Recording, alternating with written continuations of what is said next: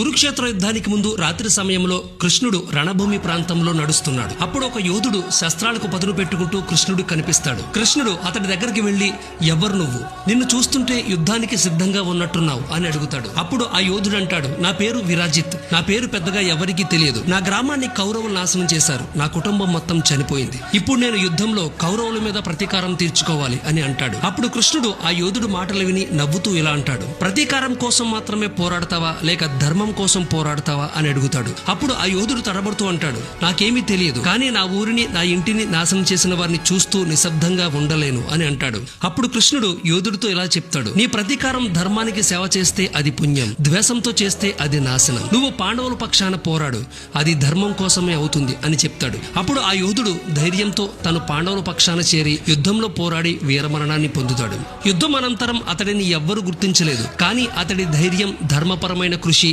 మహాభారతంలో ఒక మౌన కథగా నిలిచింది.